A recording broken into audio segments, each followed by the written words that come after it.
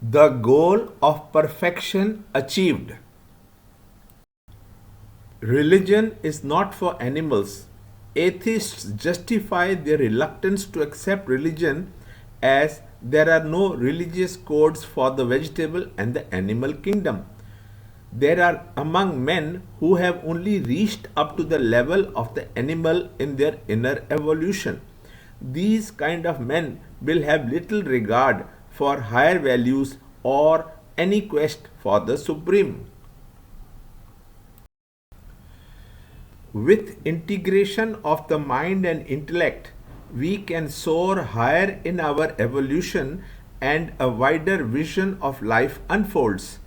When the subtle mind grows to a universal vision, we can see life as a whole.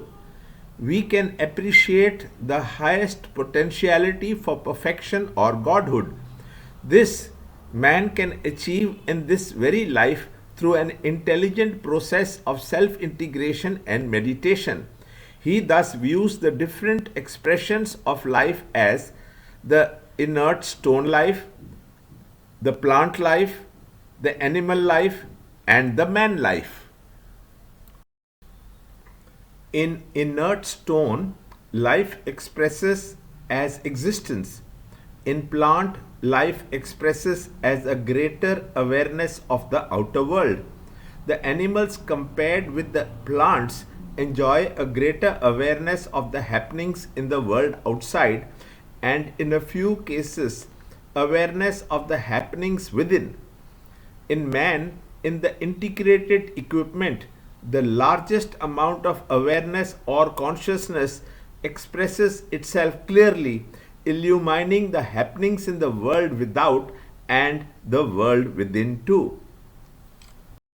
Swami Chinmayananda says, in order that our mind and the intellect, body and its objects, may be driven to this self discovery to be fully aware of the pure conscious center in ourselves, we have appeared in the field of activity with the sorrows of life. The limitations of power, the imperfections of the world are all encouraging whips that make us run on the road and reach our goal earlier. Our sorrows are directly proportional to our identification with the matter envelopment. With the understanding that we have no connection with matter, detaching ourself from it is to reach the pure and the eternal self in us.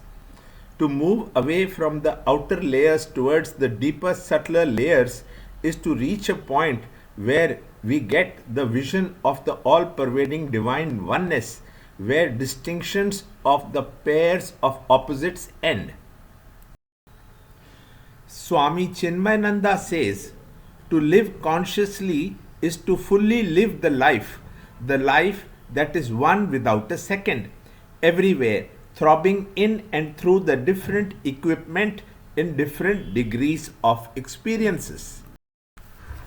Swami Chinmayananda further says, with the magic of his love and the strength and sharpness of his wisdom, he tries to erase the animalism in man and to lift the entire generation to a higher pedestal of peaceful coexistence in a web of mutual love and understanding.